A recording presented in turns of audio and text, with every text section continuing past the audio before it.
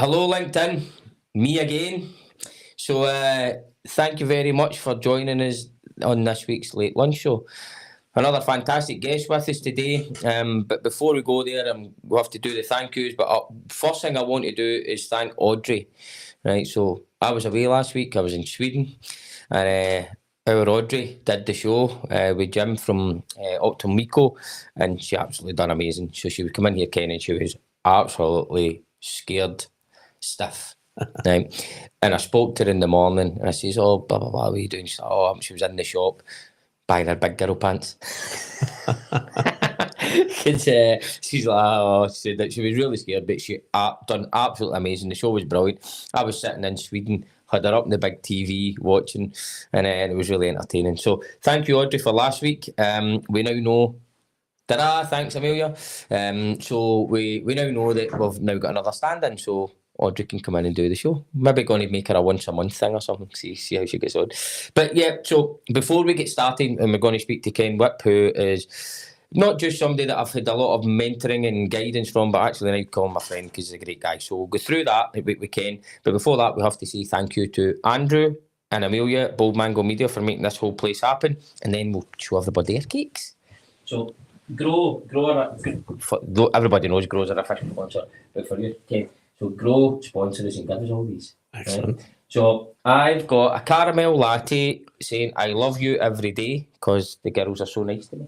And I've got a honeymoon slice. There was also actually a big cream bun in there, but Amelia stole it.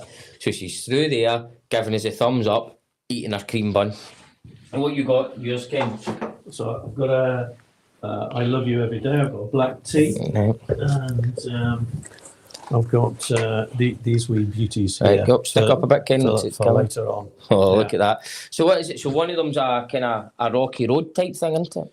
Yeah, I think it's a rocky road slice and a millionaire shortbread. Very nice. So we know what Ken's having for his sweet tonight after his tea. Well, if my wife doesn't steal them, yeah. So I'd like to introduce everybody to Ken Whipp. So Ken can tell you more about yourself. But we always talk in the show that this show's about helping others, helping either other people or businesses. So from a helping point of view, from when we've met, and there's been quite a journey since we met, but since we've met, you've been a big, huge help to me.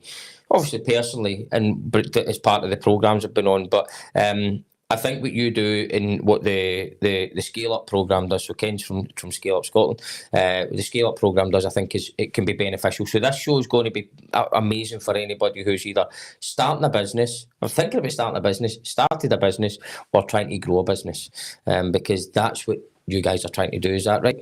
Yeah, absolutely. I mean, we're more focused on sort of businesses that have got past the startup stage. Yeah.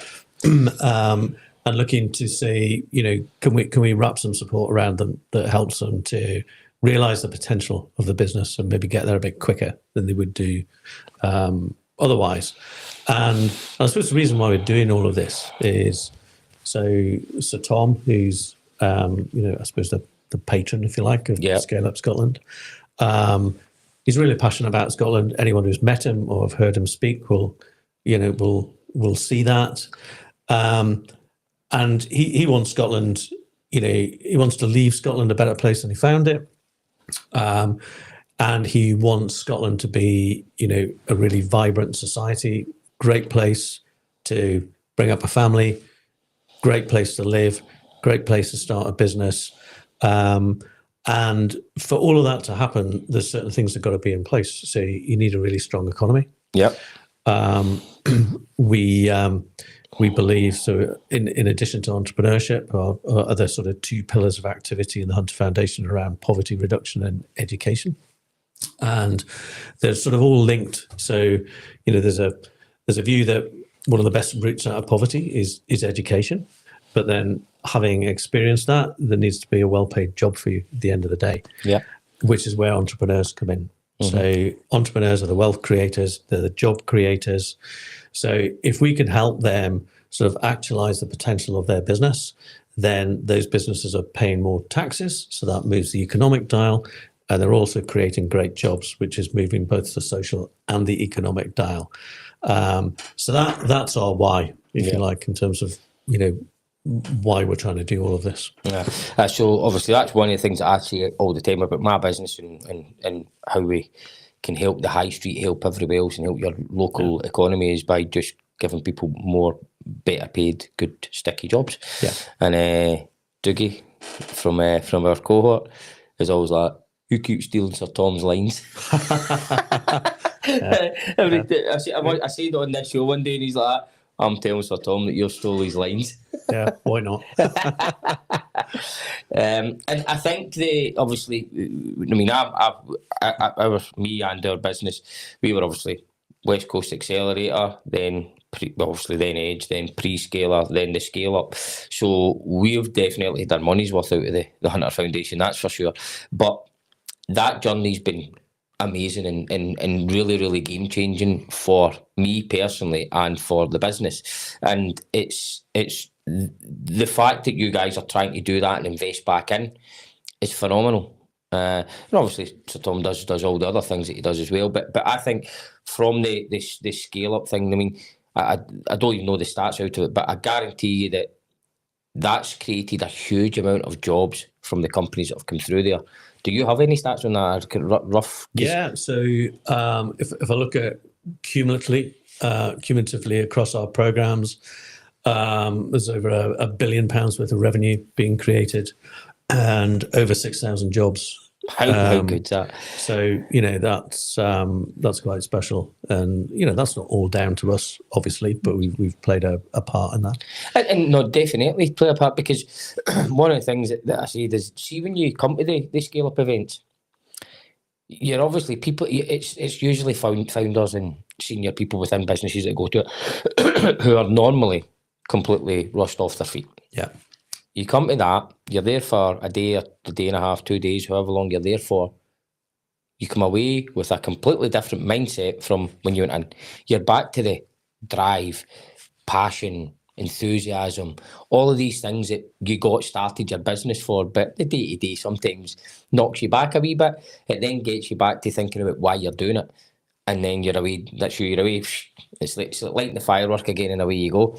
And I've spoke to, obviously, people both in my cohort and other cohorts, and obviously now when it's at the Blair, you're driving away for that Blair on the Friday going, right, okay, I know what I'm doing next week, I know what I'm doing the week after. It just lights that flame. And I think without that, yes, a lot of these businesses would still have been successful, right? But I don't think they'd have got there as fast as they had, because that little bit of realignment and lighting the fire again and going, I think, is definitely for me. And I know that the people that I speak to, that's exactly how they feel about it. Yeah, man, I think that's really true. I mean, I think anyone who's run a business will know that it's really hard. Yeah. And there's lots of time pressures upon you, and actually carving out a bit of time to work on, developing your own leadership capability, but also carving out a bit of time to focus on how do I grow this business. It's not easy to find that. Mm-hmm. And I think what we're providing, apart from, the people that we're exposing our program participants to, is we're creating a safe space for people to have open and honest conversations about the challenges that they're going through, but also the opportunities that they've got. Safe in the knowledge that that's confidential. What we talk about stays in the room. But I think the most important thing is, when you're a founder or you're running a business, there are always people out there who are willing to lend a listening ear, to the challenges you've got. But if they're not running a business, they don't really understand what it's like to stand in a founder's shoes. So I think we're creating that safe space where you've got that trusted peer network that, hopefully extends well beyond the program, where people make friendships, they keep in touch. They know now that if they've got a challenge or a problem, or they just want their assumptions challenged over an opportunity, they've built that network of peers who they trust and they can have those conversations with.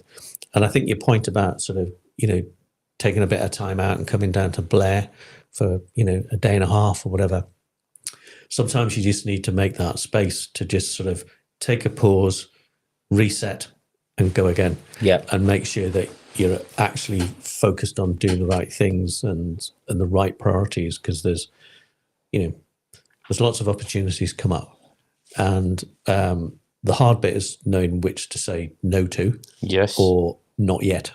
yeah.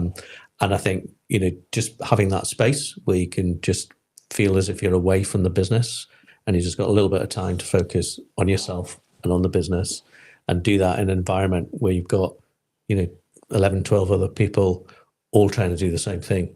I think that's where a lot of the power of the programs is. I think it's massive. I do, and I don't think I probably appreciated how much value was in it until I actually started doing it. Yeah.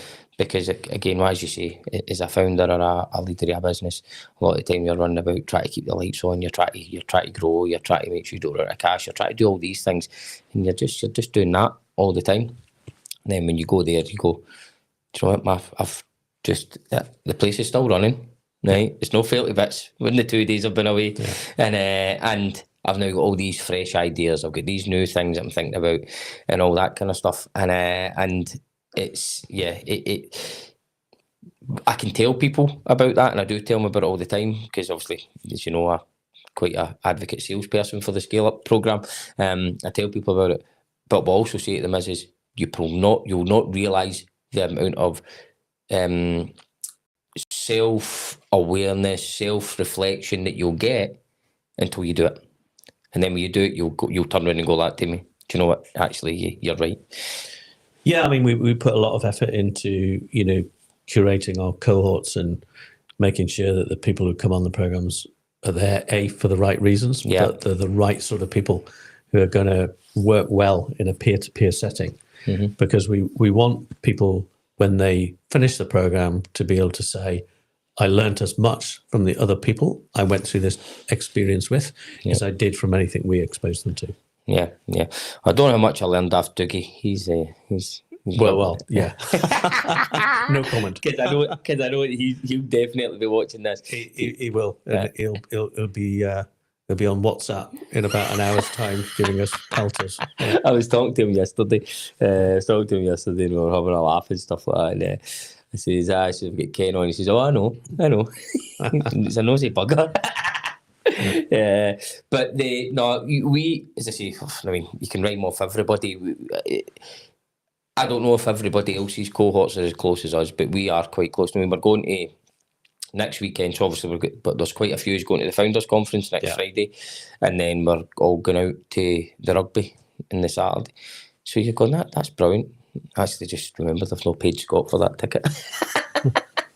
But we've got quite close, and there's a lot of people that again, Dougie's obviously one of them. But you know that you can phone them whenever, and you can just go, and it doesn't go any further, and they'll come back with their honest feedback.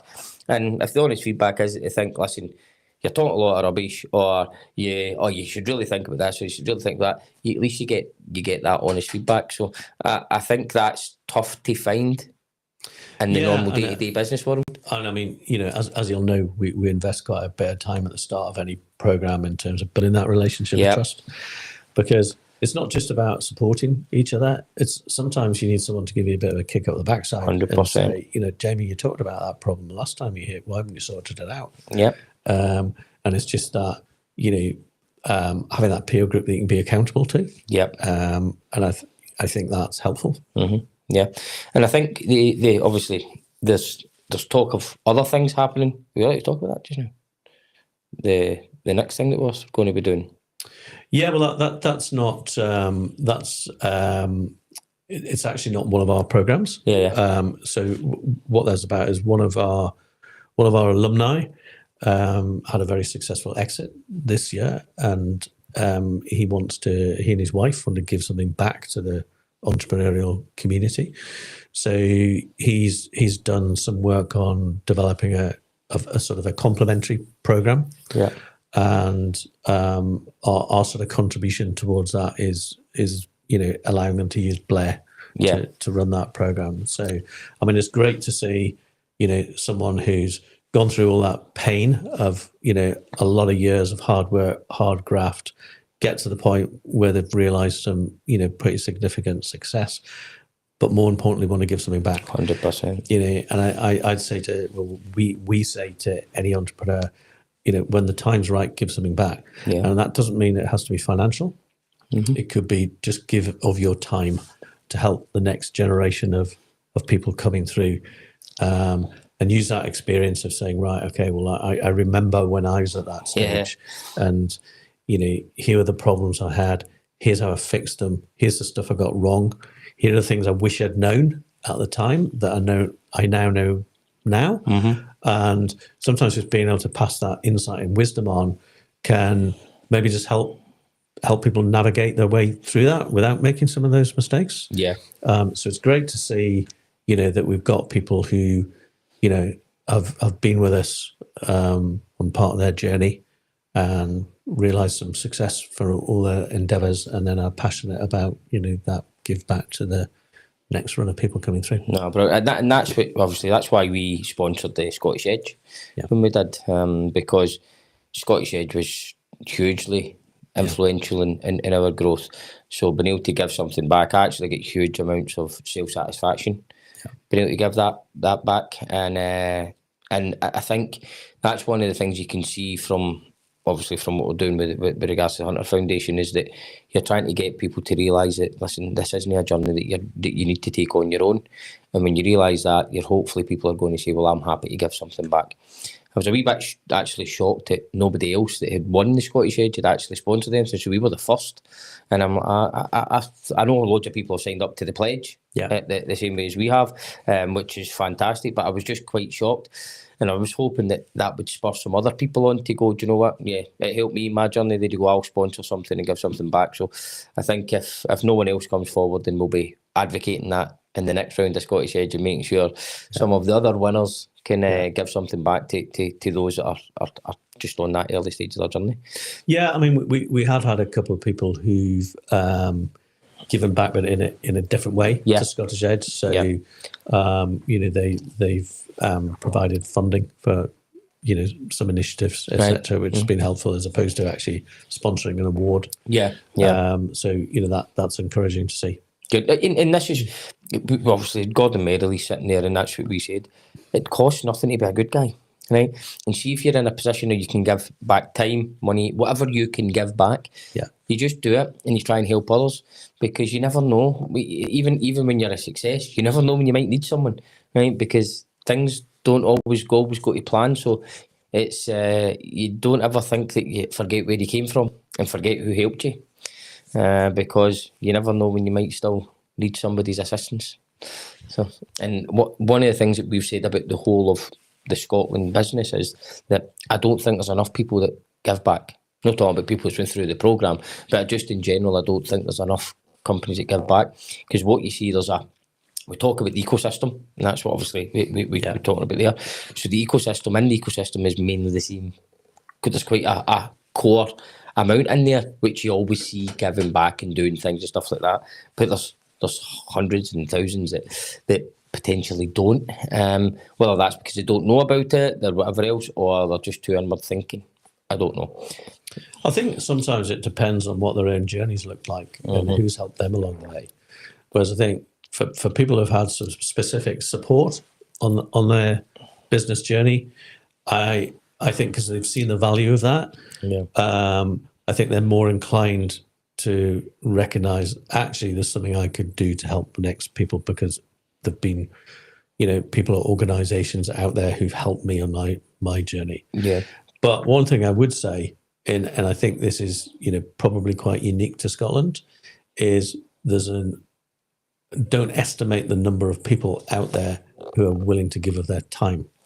And, I would say to anyone who's starting a business or, is trying to grow a business, reach out to people that are either in your network or are in other people's networks who you think, actually, who might be helpful to me, that, if I could have an hour of their time just to pick their brains and get some insights on specific things, that would be really valuable to me. Because I think, often I'll reach out to people and say, could you give an hour of your time to this business? Nobody has ever said no to me. And I think, there's that generosity of time that a lot of people are willing to offer. Yep. I'd encourage people to take advantage of that where they can. Yeah. Well, that was one of the big things. Is when we won the Scottish Edge, the money was good, but it was access to the ecosystem. Yeah, that was better. That was worth much more to us than the money, and it was. You've now got the people that are like Kevin. I'll talk about Kev. So I was saying to Kev, I could be doing me speaking to somebody that knows about this, somebody that knows about that. No bother, I'll go and get you in touch with this person. And you're right. Nobody ever said no. I mean, I kept talking to at the time, obviously, Bob Keeler, because we were looking at what we were doing as a business, and I went, I would love to speak to Bob Keeler. Next thing you know, we're on a Teams call with Bob talking about the business and where we're going and all that kind of stuff. And at that time, I was still very early in my journey. I never thought I'd get to speak to somebody like, obviously, look at the people we speak to now. Obviously, I've got you sitting here, Ken, but you've got access to all these people, and they're all just normal people. And you're right, most of them are happy to help if they can. Yeah. And what I've had a lot of times is as well, they might not be able to help, but a lot of the time they maybe know someone that can. Absolutely, yeah. And I always say to people, right, if we can help, we will, and if we can't, we'll know someone who can. Yeah. And I think that's that's a big thing about being Scottish, right? In the Scottish ecosystem, because nobody seems to be that kind of precious like that with knowledge. People are willing to share wherever they can. It's not sharing obviously confidential stuff, but you're sharing experience. And I think that I don't know. Obviously, I've only really dealt in Scotland since I've started my business, but I've obviously worked in a lot of other places in the world. Yeah. And when I come back up here, I found that people are more willing to share knowledge than in other places that I've been, especially abroad. I mean, abroad places, you try to get straight answers as hard as anything else, never mind getting anybody giving you some knowledge. But because do you deal, is it mainly just big Scottish businesses that you deal with just now? Do you deal with a lot of businesses for down south or anywhere else? No, so all of our, so one of the entry criteria for all of our programs is that the business must be headquartered in Scotland. Right. They can have operations elsewhere, but the business must be sort of effectively managed and controlled in Scotland, because it's the Scottish economy that we're trying to help. Yeah.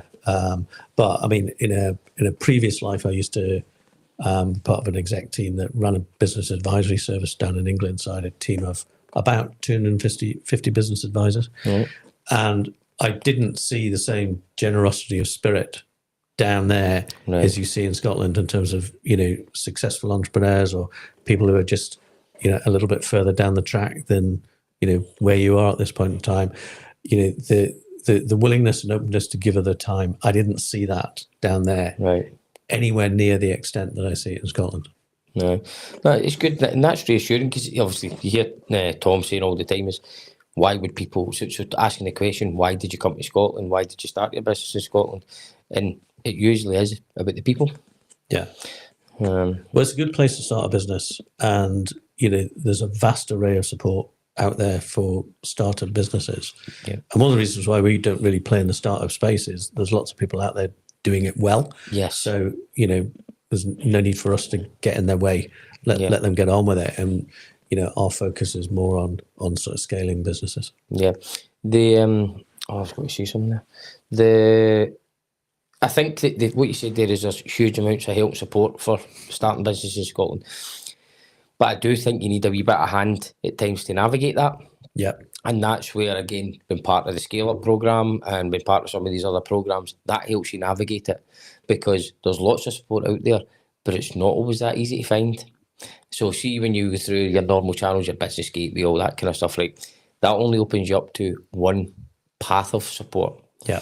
I think the privately led ecosystem, should we say, has a lot more value. And there's no disrespect to Business Gateway and through SE and all that kind of stuff, because that's definitely got its place. But see, when you start talking to you guys and you start talking to Entrepreneurial Scotland, you start talking to all of these, your Vistages and all that kind of stuff, that starts to open up a network, right? A network of people that have been there, have seen it, have done it, and are happy to share. The Scottish enterprises and all that kind of stuff, they're happy to help you and help you move in a direction. But I see the two of them as completely different things. So it's understanding how to get into that. And that was a big part of this show as well, was that see if we could then help open up those networks, because I've been lucky. And I've met various different people at the right times, which has opened up these networks. But not everybody might be as lucky as that. So I think there's definitely there, but it's finding people that can help open the doors. Yeah, I mean, there's Scottish Enterprise on their website. They've got a directory that effectively lists all of the business support that's available in Scotland.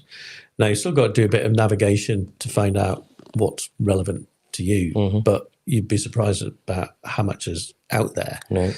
But I think I'd be sort of saying to anyone who's run a business who's thinking, well, I know I need some help, I'm not quite sure where to go.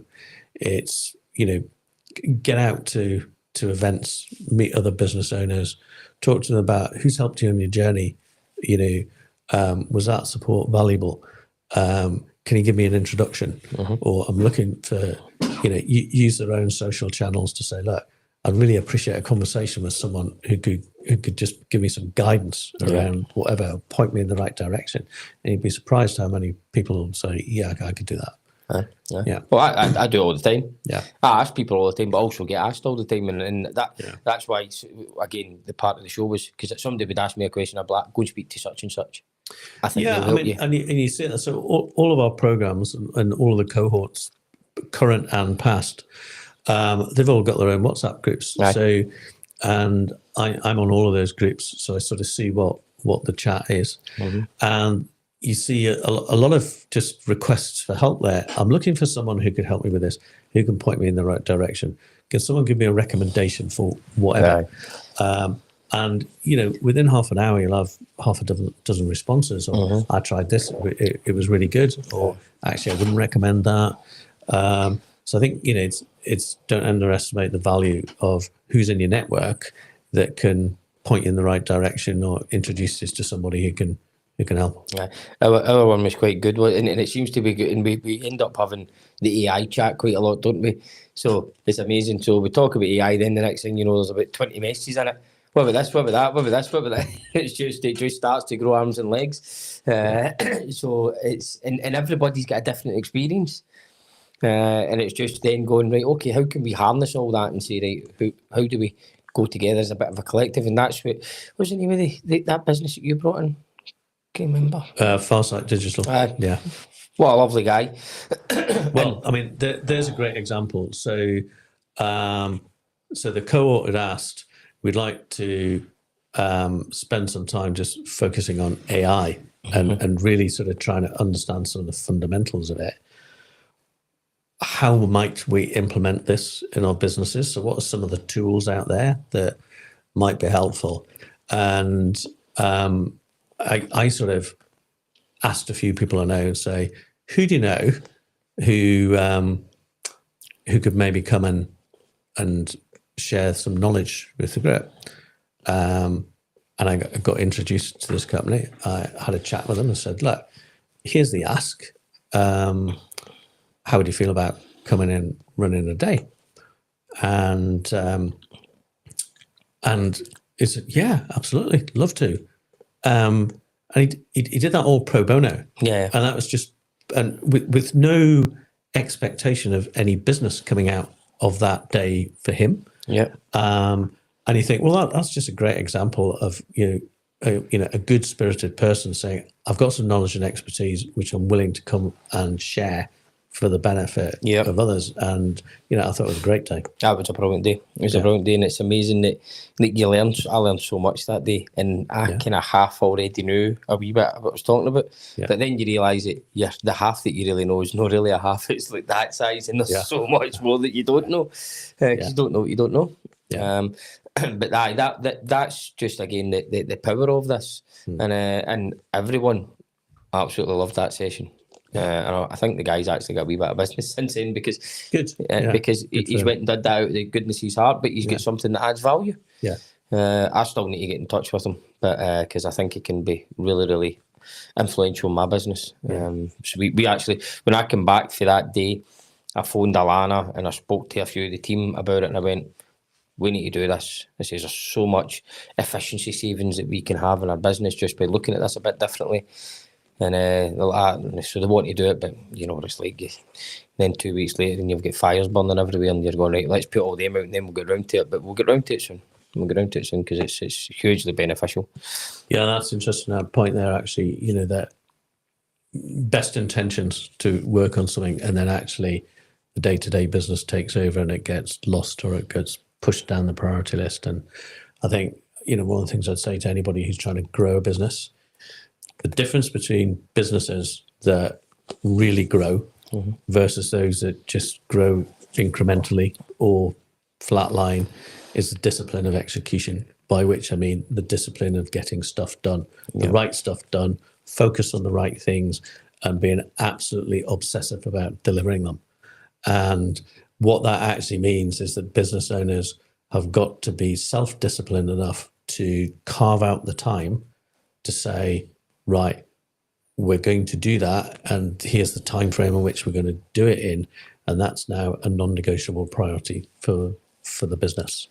And that's very easy to sit here and say, not quite so easy to do in practice, but is the difference between really growing and reaching the potential of the business or growing at a much slower rate.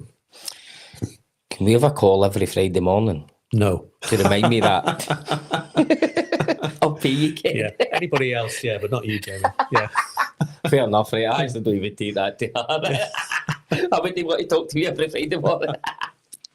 But that's, and do you know something? That's a bit of advice that you've gave me at least 2 or 3 times, and I am trying to do it. Yeah. But you're right, it is tough. It is tough. And especially when you're, I'm not just going to give an excuse, but when you're growing a team and you're trying to build a team round about you, I think once you've then got the ability to transfer responsibility and ownership to others, that becomes hopefully a lot easier, because that's where I want to be. It's right, this is what's going to happen. This is, but I do miss it. I know I miss it, and it's maybe down to juggling too much or taking on too much or whatever. But I completely agree with what you're saying. Yeah, but I mean, the reality of growing a business is that it's really hard. Yeah. And I'll give you some statistics that help illustrate that. So if you look at the percentage of startups that actually get to £1 million of annual revenue, it's 6%. And then if you say, well, how many get to 10 million in annual revenue, it's 0.4%. And if you say, well, how many get to 50 million or more in annual revenues, it's 0.173%. So those statistics themselves, and that's not just a UK picture, you see the same picture in the States. Do you? Right. So effectively, those statistics basically just convey the message that scaling a business is really, really hard. Yeah. Because if it was easy, we'd all be doing it. Correct. And we'd all be very wealthy. Yeah. But it is hard. And there's no overnight successes. Typically, for a business to realize, you know, what might be an attractive exit, 7 to 12 years is the norm. Closer to 12 than the 7. Yeah. Because one of the things that when I've been looking, even at my own business, so yes, obviously, people are going, usually with a really big growth, right? Because it was double year, and then a consolidation year. But that doesn't really, even when I look at my forward forecast, that doesn't really start going like that for another 2-3 years. Yeah. But I think there comes a stage where you the whole ice hockey stick bit, that you're coming, and then it does start to grow quite quickly. So it's impressive growth to a stage, but it's not anywhere near where we think it can be. But I think that there will become a time where it starts to grow and then it just expands. But it's trying to get there. It's the challenges of getting there with cash flow, with people, with skills, with technology, and all these things, which when you're growing, you know that you want to do them all, but money doesn't grow on trees, unfortunately. So you're trying to do all these things. But I've seen it with quite a few other businesses where, like, so for their first 6, 7 years, 8 years, they're steadily growing, and then there is a kind of a high scaling factor at some point when, whether it's have they got a technology that takes off, or they've got a service offering that takes off, or they've just they're at the market at the right time. Because I think luck's got a lot to do with a lot of it as well, as being at the right place at the right time with the right offering. So yeah, do you see that with quite a few? Yeah, I mean, I think certainly see examples of that, and I think what you see is so business has to go through a stage of growth where it's understanding. I call it what does a scalable infrastructure look like? So what are the foundations that need to be in place for this business to actually grow without falling over? Because it's all very well attracting new customers, signing big value contracts, but you've got to be able to deliver on that. And there's an investment required there in sort of people, systems, processes, and being able to do that in a way that you don't lose the agility that you've got as a startup. But it's building that capability in the business. Until that capability has been built, you can't really see that sort of faster growth curve. So some of it's about professionalizing the business. The other bit is really about being really, really clear about where you're trying to get to. Right? Because it's the old saying: if you don't know where you're going, any road will do. So having that number in your head, and at a point in the future where you say, we want the business to look like this, whether that's 5 years from now, 10 years from now, and then working back from that to say, well, if that's our aspiration, what is it going to take to get there? And does everybody in the business understand what it's going to take to get there? Is the accountability there in the business in terms of, right, people are accountable for the things that they have to deliver on in order for that whole picture to come together and move towards that. So you're translating that longer term vision into, well, where do we need to be at the end of next year then to be on track for that? And if that's where we need to be at the end of the next year, what do we need to be focused on in the next 90 days? And being really, really disciplined about not allowing other things to come in and distract from that focus. I mean, sometimes you might get a great opportunity and you think, actually, you know what, this is too good to turn down. But then you've got to say, well, what's our order of sacrifice? So of the things we were going to do, what were we going to drop out for now to enable us to realize this opportunity? And that's all about discipline. And that's why it's hard. Because it's a discipline of time as well, having the right people in the team, being willing to change the team when the team's no longer right, and that's not because they're not good people in the business. It can sometimes be, right, the current team have reached their level of capability, and actually we need a different skill set and a different experience in the business to enable it to get to that next stage of growth. And often a lot of entrepreneurs are reluctant to do that, or they don't do it quick enough. And I think because that's exactly where we've been this year, was just trying to put the people and the systems in place. That's obviously what David's helping us with, and trying to make kind of pass down that accountability. And you're trying to do that, and obviously also invest in your team, invest in everything else. And it's tough. It's tough, and you'll not always get it right either. I mean, I've had experience of that in the past, and there's some things that we've done over the last probably 18 months that have not been right. You then just have to then go and fix them. But what we want to try and do is get other people in the business that can see it's not right, and then take the initiative to go and fix it as well. So I think where we're at the moment, I think is probably one of the so far from what we've had in the business, is the toughest phase of it, where we know the opportunities are there. We've proven that we can do what we're doing, but we know that if we keep before last year, if we know we keep doing what we're doing, we are going to fall over. So you're having to take a bit of a step back, and rather than all the let's go and get that, let's go and get this, all these shiny things everywhere, let's go and get them, you're then having to try and focus more internally, and it's challenging, and it takes time as well. And also it's being really clear about who your customer is.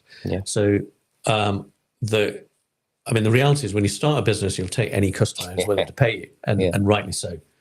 But that's not a recipe for scaling a business. Yeah. So often you see examples of businesses, they have got to a certain stage. You look at their customer base and you say, are those customer segments or those customer profiles the ones that give you the opportunity to really scale a business? Yeah. And in many instances, they're not. Yeah. And that doesn't mean you're going to shelve those customers, but you've got to be really clear about where do we want to be targeting our business development and marketing activity? Yeah. What is the type of client we're looking to attract? Because we know the value that that adds to the business. Mm-hmm. So you see a lot of businesses that, really grow.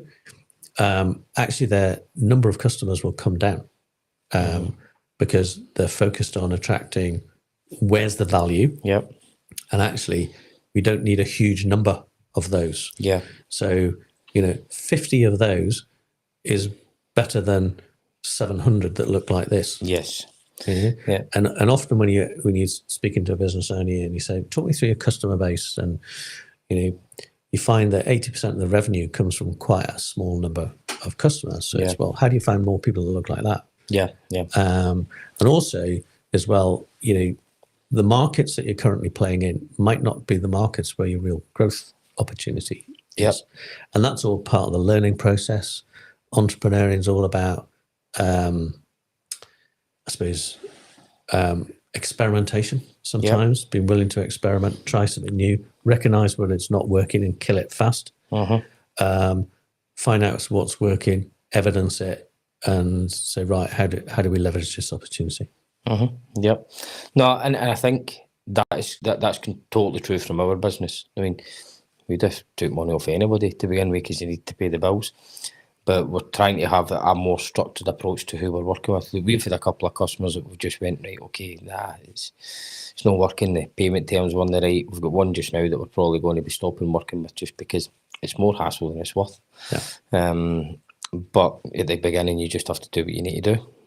And I can remember, obviously, it's okay to say his name or not, but when he was in talking to us and he told us about that really resonated with me. He knows who he is. I was speaking to him at the award ceremony. We had a wee chuckle because we were up against each other for an award. But when he sat down and said, listen, my business plan is to rather go for 200 customers down to 50, but focus on 50 ones that are actually, that we can add more value to and can add more value to us. And I went, do you know what? That's actually a really, really good philosophy. Yeah. And it resonated. So I think we're not there yet with that, but that's where I want us to be. Is focusing on the right kind of customers that see the value in what we do.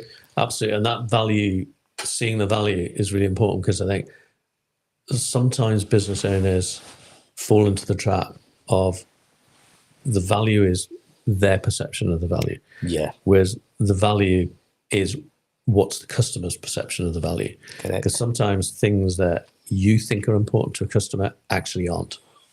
And actually, well, that's all very nice, but I don't care about any of those things. What I really care about is this. Yep. Can you deliver on that? Yeah. Yeah. And that's the difference between whether you win the business or not.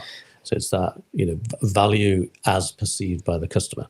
Yeah. And that was one of the things. We had a guy that was working with us, and that's what he said. I don't know how people don't see it, because it makes sense. Yeah. Who wouldn't want to do this? I said, but right now that's probably not the thing that's top of their priority list.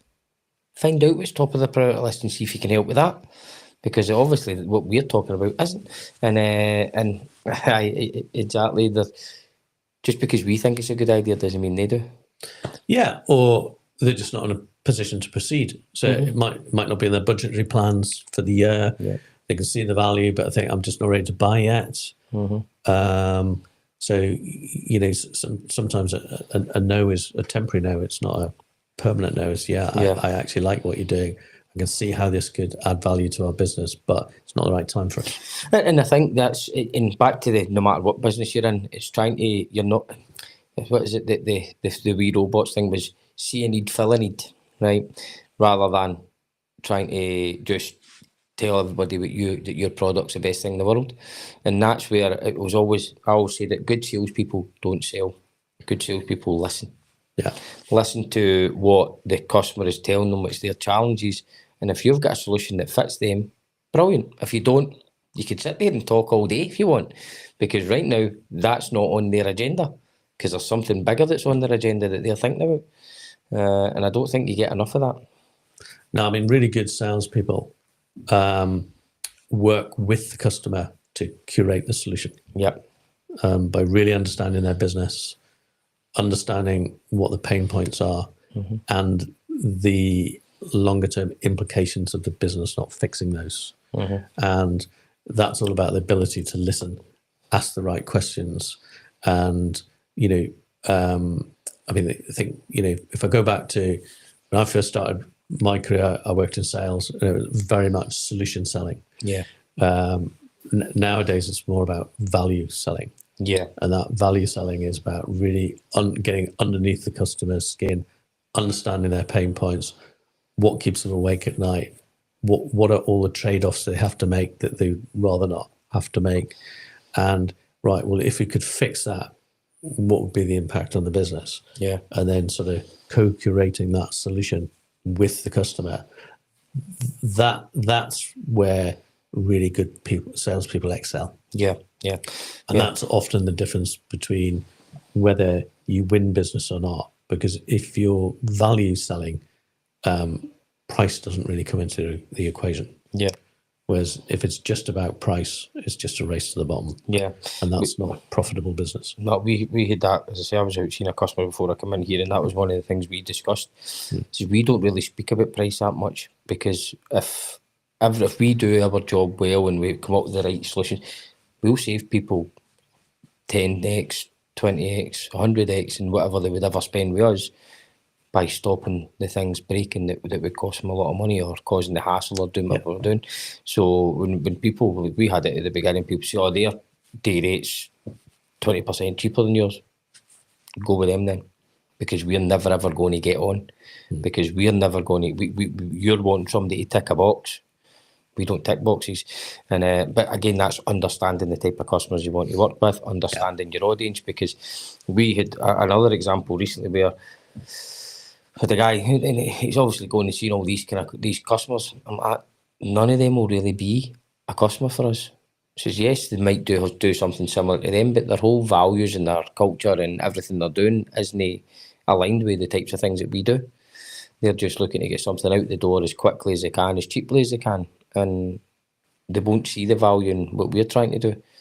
Yeah. So, and it's that know your customer thing, isn't it? Did you used to deal with that when you were obviously in the kind of sales game, was understanding your customers? So in GE and all these kind of places, they called it the know your customer process. Understand what all your customers' drivers are. Understand their business, understand their philosophy, understand their culture, and see whether it fits. Yeah, absolutely. And, don't sell them something they don't need. 100%. Yeah. And don't talk crap to them either. Yeah. Because it eventually comes back and bites you in the backside. So I don't know what time we're back here, because I've not got my watch. 20 past, so got to 20 minutes over. One thing, is the pre-scaler thing still going on? Is that? Yeah. So this year's group are just coming to the end of that program. Okay. So we'll start recruiting in January for next year's intake, which will start in May. So the pre-scaler program is our entry-level program. Yeah. So it's open to businesses from any sector. You need at least £100,000 in annual revenue to qualify for the program.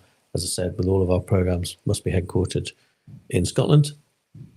And it's a relatively short program, so it starts in May and it runs through to sort of end of October, early November time.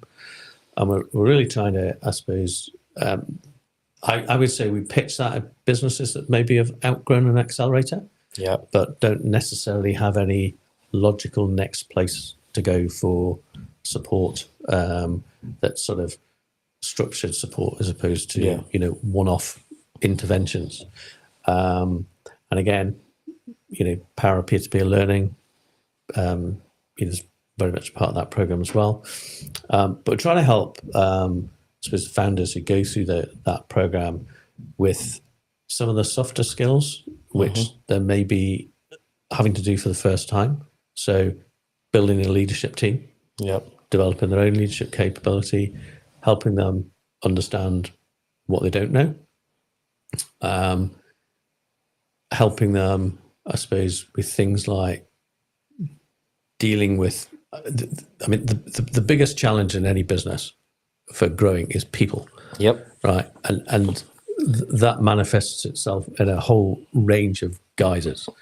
But better equipping them to deal with some of those people challenges. Yeah. But we also do some stuff in sort of developing their own leadership skill set. We do a bit of stuff around, helping them understand what investor readiness looks like. We give them a sort of a template they can use as a plan for scale, which has started getting them to think about that execution discipline that I talked about earlier on. Bit of work in sort of helping them develop their communication skills and presentation skills. So it's really about, I suppose, helping them to feel more confident about leading the business to its next sort of growth journey. Yep. I've been on it and I thought it was brilliant. It was really helpful. So I think if there's any businesses that are kind of in that space where you're kind of 100 grand to $1 million type turnover, I think it'd definitely be worthwhile looking out for the next intake and try to get yourself on it. If they just email me at scaleup@thehunterfoundation.co.uk, I'll automatically add them onto our prospect list, and then I just automatically notify them when we open for applications. Yeah, brilliant. Yeah. All right. Anything else you want to talk about, Ken? Well, I suppose I'd say to people out there who are running businesses, well, I'll start with people who are thinking about starting a business or in the very early stages of a business. To start with is, so if you're thinking about starting a business, invest the time to validate your business idea. And and by validation, I'm talking about you've got to pass 3 tests, really. Desirability, feasibility, viability. Yeah. So desirability is, do enough people out there want what it is you're offering, whether that's a product or service? Do they have a pain point that you're solving that is a big enough pain point that they actually want to solve it? So that's the first test. Do people actually want whatever it is I'm proposing to do? The second test, which is feasibility, is can I actually deliver it? So if it's a product, can I make it? Yep.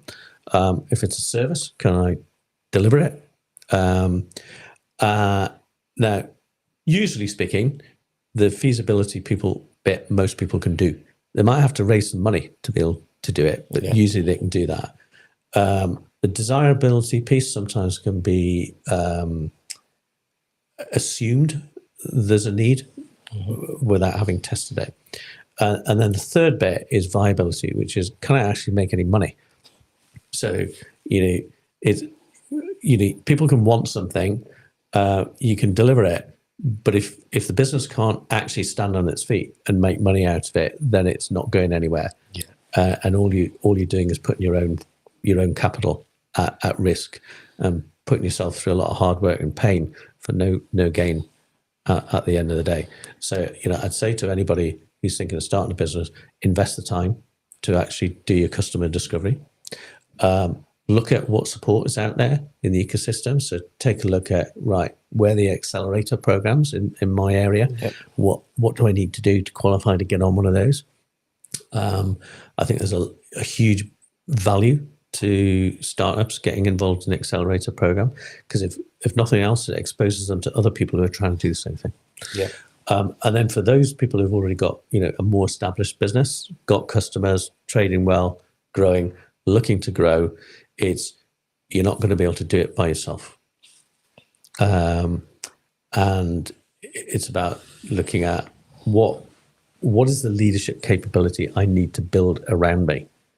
A lot of founders get stuck doing stuff they shouldn't be doing any longer, because either they don't have the capability around them to be able to offload that to someone else, or because they like doing it. Yeah. And it's, that's great, but you shouldn't be doing that now. Yeah. So I'd say to them, understand you can't do this alone. Start building the capability around you. Get a network of other like-minded entrepreneurs that you trust, that you can have just open and honest conversations with. the sort of programs we offer might be for you, they might be not. There might be other things out there in the ecosystem that you think, actually, I like the sound of that better. That's absolutely fine. Yep. Do something. Yeah. And carve out the time to invest in your own development. Successful entrepreneurs, really successful entrepreneurs are lifelong learners. So do that and be really, really disciplined and focused on what you're doing. Don't try and do it all at the same time, because it just won't work. Brilliant. Listen, for anybody, I'm sitting here and I just listen to that and I hear you talking all the time. For anybody that's that's trying to scale a business, right, we'll be making that into a wee short video and we'll be sharing that, right, because that is gold. Yeah. Ken, gold. And for that, you can have 2 cakes. Thank you. Right, okay. Well, I think we'll leave it there. That we can't finish in anything better than that. That was amazing. And Ken, for me, you put things into words that just completely resonate. I've always thought that, right? And it's brilliant. So we'll leave it at that. I think that's anybody that's trying to grow or scale a business, listen back to that wee bit. And if you take that in, I'm pretty sure you'll be successful. Great. Brilliant. Thanks, Ken. Thanks for inviting me on the show. Thank you very much for being here. That was good to chat. Yeah. Good fun as well. Right. Thank you, everybody. Anybody that's still watching us now, thank you. Anybody that's watching it back, thank you very much. And in fact, I forgot it's Halloween today, isn't it? It is. Yes. Yeah. And anybody that's going out there for their Halloween tonight, enjoy and don't be eating too many sweeties. Right. Thank you.